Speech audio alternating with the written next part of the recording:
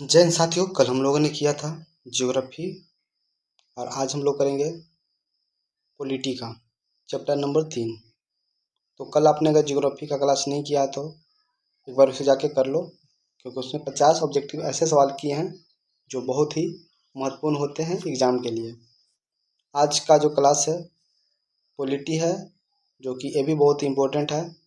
तो चलिए हम लोग अब शुरू करते हैं इसे। सवाल है कि वर्ष 1975 में भारतीय राजनीति में किस लिए जाना जाता है। भारत के जो राजनीतिक है 1975 को किस रूप में देखता है। सवाल ए हो गया हमारा। तो जल्दी से जवाब दीजिएगा, क्या होगा बताना फट से। क्या हुआ था? तो उस समय देश के अंदर में जो है कि आपातकाल लागू हुआ था। क्या हुआ था? आपातकाल लागू हुआ था, है ना। 25 जून 1975 तत्कालीन प्रधानमंत्री थी इंदिरा गांधी। इनके सिफारिश पर राष्ट्रपति ने देश पर आपातकाल की घोषणा किया था। यह भारतीय लोकतंत्र का सबसे विवादित काल रहा है, जिसमें नागरिक अधिकार को भी निलंबित कर दिए गए थे। और इसी आपातकाल के विरोध में ही आगे चल के संपूर्ण क्रांति का मार्ग प्रशस्त हुआ था। ठीक है, चलिए। भारतीय लोकतंत्र में सत्ता के विरुद्ध जन आक्रोश किस दशक से प्रारंभ हुआ? भारतीय लोकतंत्र में, है ना, सत्ता के विरुद्ध जन आक्रोश किस दशक से प्रारंभ हुआ है? बताना फट से, क्या होगा जवाब? 1970 के दशक से। कब? 1970, है ना। सत्ता के विरुद्ध जन आक्रोश कब? 1970 में। 1970 में हुआ है। 1970 के दशक में देश में गरीबी, बेरोजगारी और खाद्यान्न की कमी और भ्रष्टाचार चरम पे थे। इसी दशक में छात्र आंदोलन, राजनीतिक असंतोष और जन आक्रोश का रूप ले लिया था, है ना। जन आक्रोश का जो मुख्य केंद्र था वो बिहार और गुजरात के जो छात्र आंदोलन बने। क्या? बिहार और गुजरात के छात्र आंदोलन बने, जिसमें हमारे माननीय लालू यादव जी जेल गए थे। ठीक है, तो चलिए आगे चलते हैं। बिहार में संपूर्ण क्रांति, टोटल रिवॉल्यूशन का नेतृत्व निम्नलिखित में से किसने किया था? कौन थे जो संपूर्ण क्रांति का नेतृत्व कर रहे थे? कौन थे जो संपूर्ण क्रांति का नेतृत्व किए थे? बताना फट से। कौन हो जाएंगे? सही जवाब क्या हो? कौन हो जाएंगे? जयप्रकाश नारायण हो जाएंगे, है ना। संपूर्ण क्रांति का नेतृत्व किसने किया? जयप्रकाश नारायण ने। छात्रों के आमंत्रण पर लोकनायक जयप्रकाश नारायण ने बिहार छात्र आंदोलन का नेतृत्व संभाला था। इन्होंने समाज, राजनीति और आर्थिक व्यवस्था को बदलने के लिए संपूर्ण क्रांति का नारा दिया था। पटना के ऐतिहासिक गांधी मैदान में उन्होंने इस आंदोलन का हुंकार भरी थी। चलिए आगे चलते हैं। भारत में हुए 1977 के आम चुनाव में किस राजनीतिक दल को स्पष्ट बहुमत मिला था? 1977 में जो आम चुनाव हुआ था वो कौन सी राजनीतिक पार्टी को बहुमत मिला था? सवाल ये हुआ आज का। बताना फट से, क्या हो जाएगा? तो उस समय बना था वो जनता पार्टी की सरकार। किसकी सरकार बनी थी? जनता पार्टी। 1977 में आम चुनाव हुआ, उसमें किसकी बहुमत हुआ? जनता पार्टी का, है ना। 1970 में एक ऐतिहासिक छठे आम चुनाव में आपातकाल के खिलाफ जनता ने का जो भारी गुस्सा देखने को मिला था, विपक्ष दलों को मिलकर जनता पार्टी का गठन किया और कांग्रेस को देश में पहली बार करारी शिकस्त दी गई थी। इस चुनाव के बाद केंद्र में मोरारजी देसाई के नेतृत्व में पहली गैर कांग्रेसी सरकार बना था। आगे है चिपको आंदोलन निम्नलिखित में से किससे संबंधित नहीं है? सवाल है नहीं। ध्यान देना, एग्जाम में ही सब गलतियां हो जाती है। सवाल क्या कहा? नहीं पूछा। क्या हो जाएगा? अंगूर के पेड़ काटने की अनुमति से, आर्थिक शोषण की मुक्ति से, शराबखोरी के विरुद्ध आवाज से या कांग्रेस पार्टी के विरोध से? तो नहीं, मतलब ये वाला तुम्हारा कांग्रेस पार्टी के उसमें से कोई रिलेशन नहीं है। ठीक है। चिपको आंदोलन का मूल रूप उत्तराखंड के 2-3 गांवों से पर्यावरण रक्षा हेतु शुरू हुआ था। स्थानीय लोगों ने पर्यावरण संरक्षण, आर्थिक शोषण और की समाप्ति और शराबबंदी के लिए संघर्ष किया था। यह आंदोलन पूरी तरह से गैर राजनीतिक और सामुदायिक था, है ना। इनका जो मुख्य लक्ष्य था कांग्रेस का विरोध करना नहीं था। ठीक है, चलिए। चिपको आंदोलन का प्रेरणा या मुख्य नेता कौन थे? है ना। चिपको आंदोलन का मुख्य नेता कौन थे बताओ फट से। सही जवाब कौन हो जाएंगे? सुंदरलाल बहुगुणा थे। चिपको आंदोलन का मुख्य नेता कौन? सुंदरलाल बहुगुणा हो जाएंगे।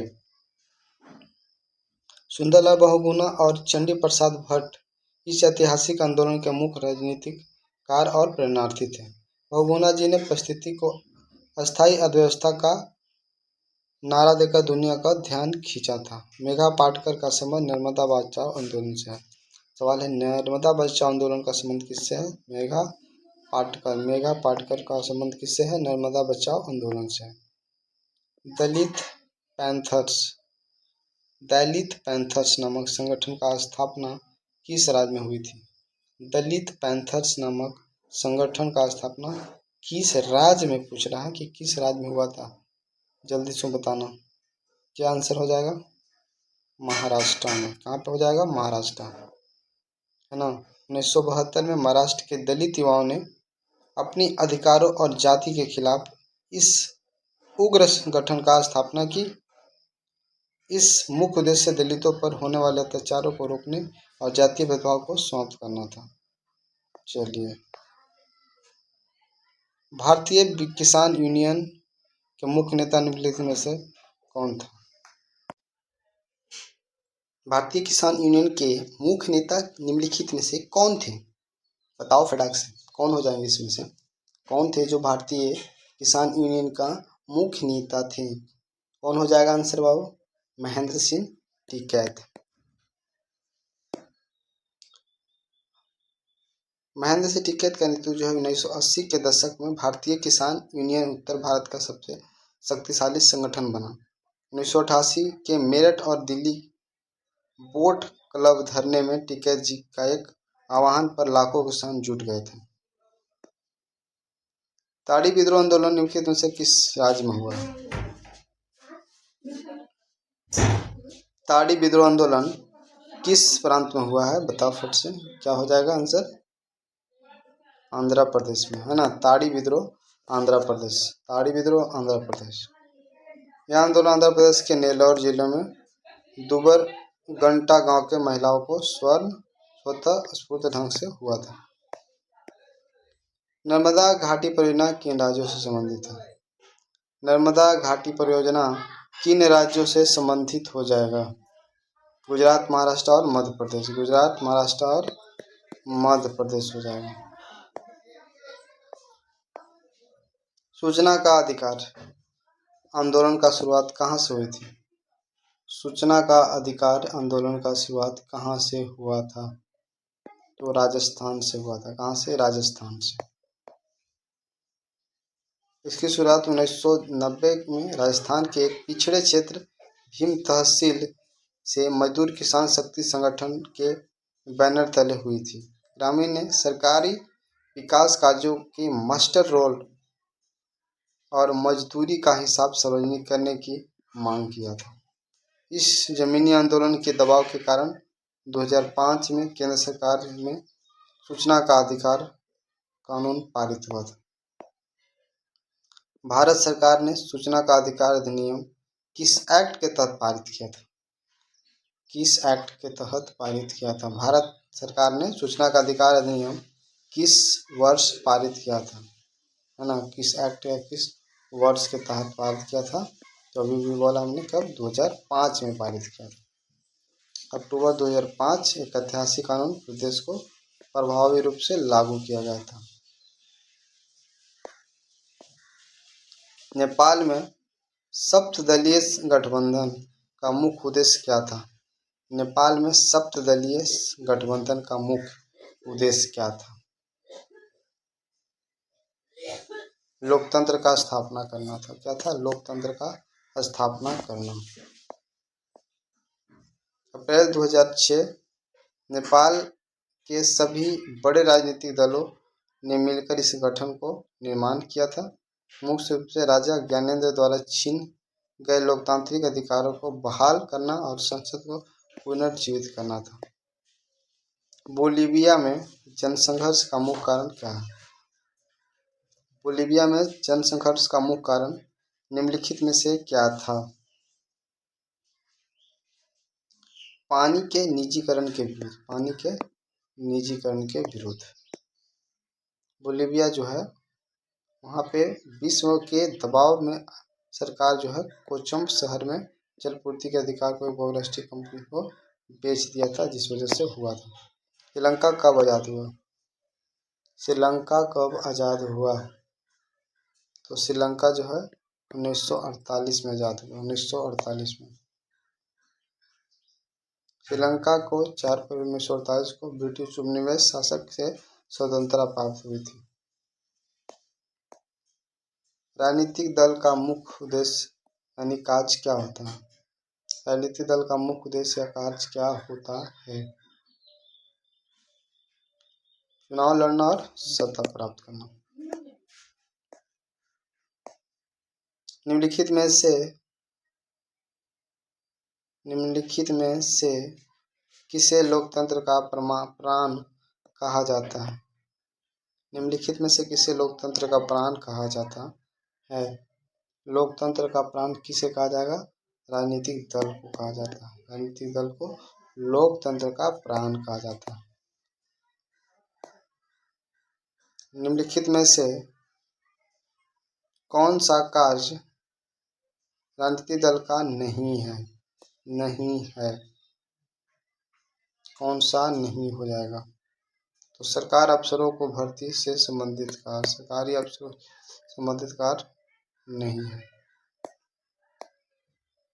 अतिरिक्त परीक्षा उपयोगी पात्र नहीं है। सरकारी अफसरों और लोक सेवक की भर्ती का कार्य जो है लोक सेवा आयोग जैसे यूपीएससी बीपीएससी का होता है। राजनीतिक दल का नीति बनाते हैं, चुनाव लड़ते हैं, विपक्ष में रखकर सरकार के कामों को उजागर करते हैं। नौकरशाही पूरी तरह के गैर राजनीतिक और स्थायी राजपाल का हिस्सा होती है।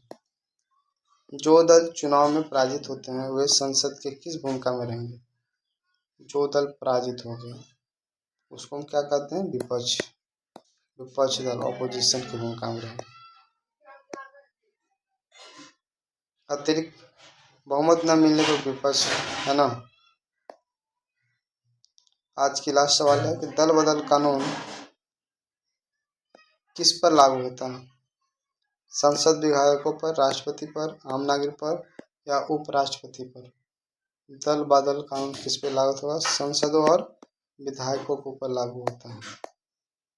राजनीतिक आराम गैराम की संस्कृति और अनैतिक दल बदल को रोकने के लिए यह कानून बनाया गया था। संविधान के 52वां संशोधन द्वारा 10वीं अनुसूची जोड़कर इसे लागू किया गया। यदि कोई निर्वाचित सांसद या विधायक अपनी पार्टी को बदलता है तो उसे वह सदन को सदस्यता खो देता है। तो आज के सवाल यहीं पे समाप्त होता है। मिलते हैं अगले वीडियो में, तब तक के लिए जय हिंद।